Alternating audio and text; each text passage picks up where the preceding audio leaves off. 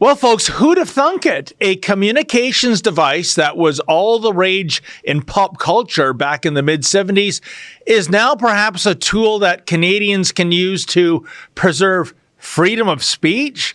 And really, does that not speak volumes when it comes to the censorious behavior of both the Silicon Valley tech giants and big government in the 21st century?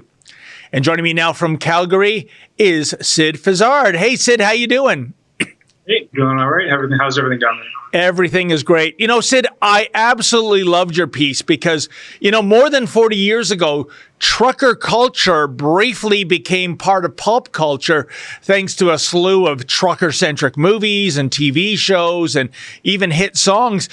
But isn't it amazing that here we are in 2022 and people are rediscovering citizen band radios, not out of a thirst for nostalgia, Syd, but rather as a means of maintaining their freedom of speech. What's your take on this, my friend?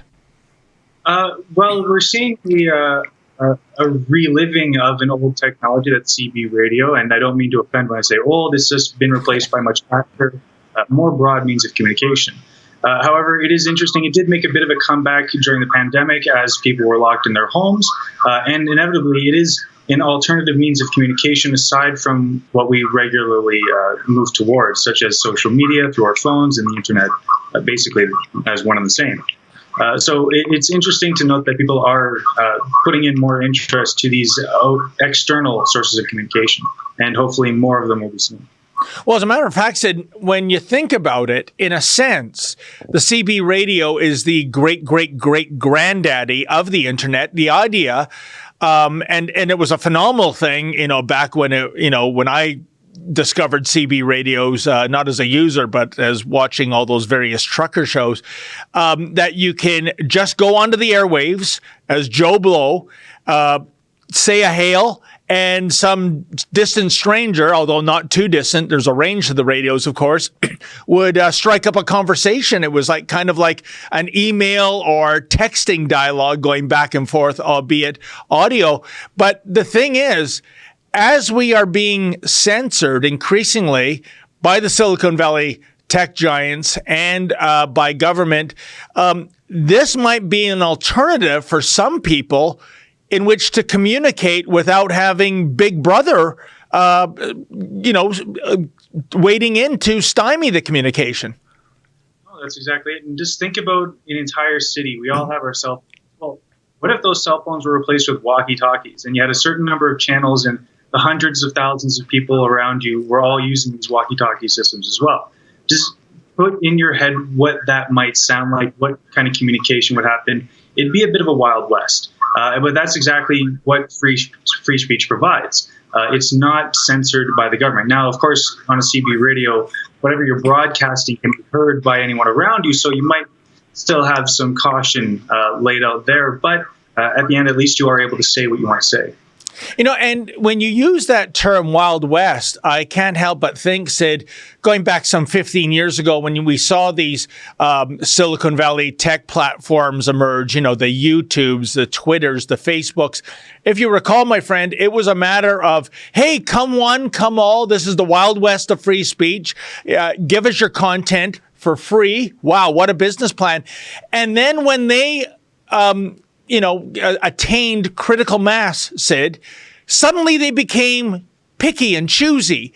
And they pointed to those of right of center, typically, you, out. We're not interested in your brand of free speech.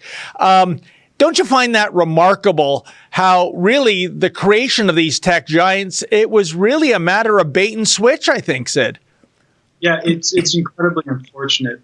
And as they've solidified their foundation and they're not so worrisome of being at a loss when it comes to finances, especially with the gains they've made in marketing online and the money they're pulling in from that, we are the commodity that they're going after. And it's a shame because, like you said, YouTube, back in the day, you could go on there and you would see all sorts of things, maybe some stuff you shouldn't have seen because it was just so outlandish. But at least everyone got to see what was really going on. And one of the byproducts of their marketing efforts towards us as individuals is that we're encapsulated in this world that is an expected world that they can advertise to us in, and it prevents us from wanting outside intervention. Yeah, and I'm just thinking, so this might come across as a stupid question, but I don't think so, given the type of censorious thugs we have in Ottawa. We see with Bill C-11, the Trudeau Liberals want to regulate and censor the internet. They want to try to put a muzzle on independent media outlets like ourselves. And I'm wondering if CB radios were to take off, if the sales really ramped up, would you put it past this government not to come up with regulations that would govern the use of CB radios? Honestly, it would not surprise me in the least. However, anytime you try and shut something down like that, it'll pop up in another place in a different way altogether. So they could try, but I think for the time being, they're just not going to worry about it so that they can focus on the internet that we're all using so frequently. Yeah, I guess if CB radios are legislated out of existence, what else do we have left? Smoke signals, I guess? We do have a lot of pigeons in our downtown areas. Maybe we can put them to good use. Yeah, that's right. I wish I could figure out how to train a pigeon to fly somewhere. I have just an idea that if I was sending a pigeon to you, Syd, with a little note taped to its leg, it probably ends up in Florida as opposed to Calgary. Hey folks, that was an excerpt from my show, Rebel Roundup. Now, to get the full meal deal, why not go to Rebel News Plus, sign up, and never miss a Rebel News Plus show in the future.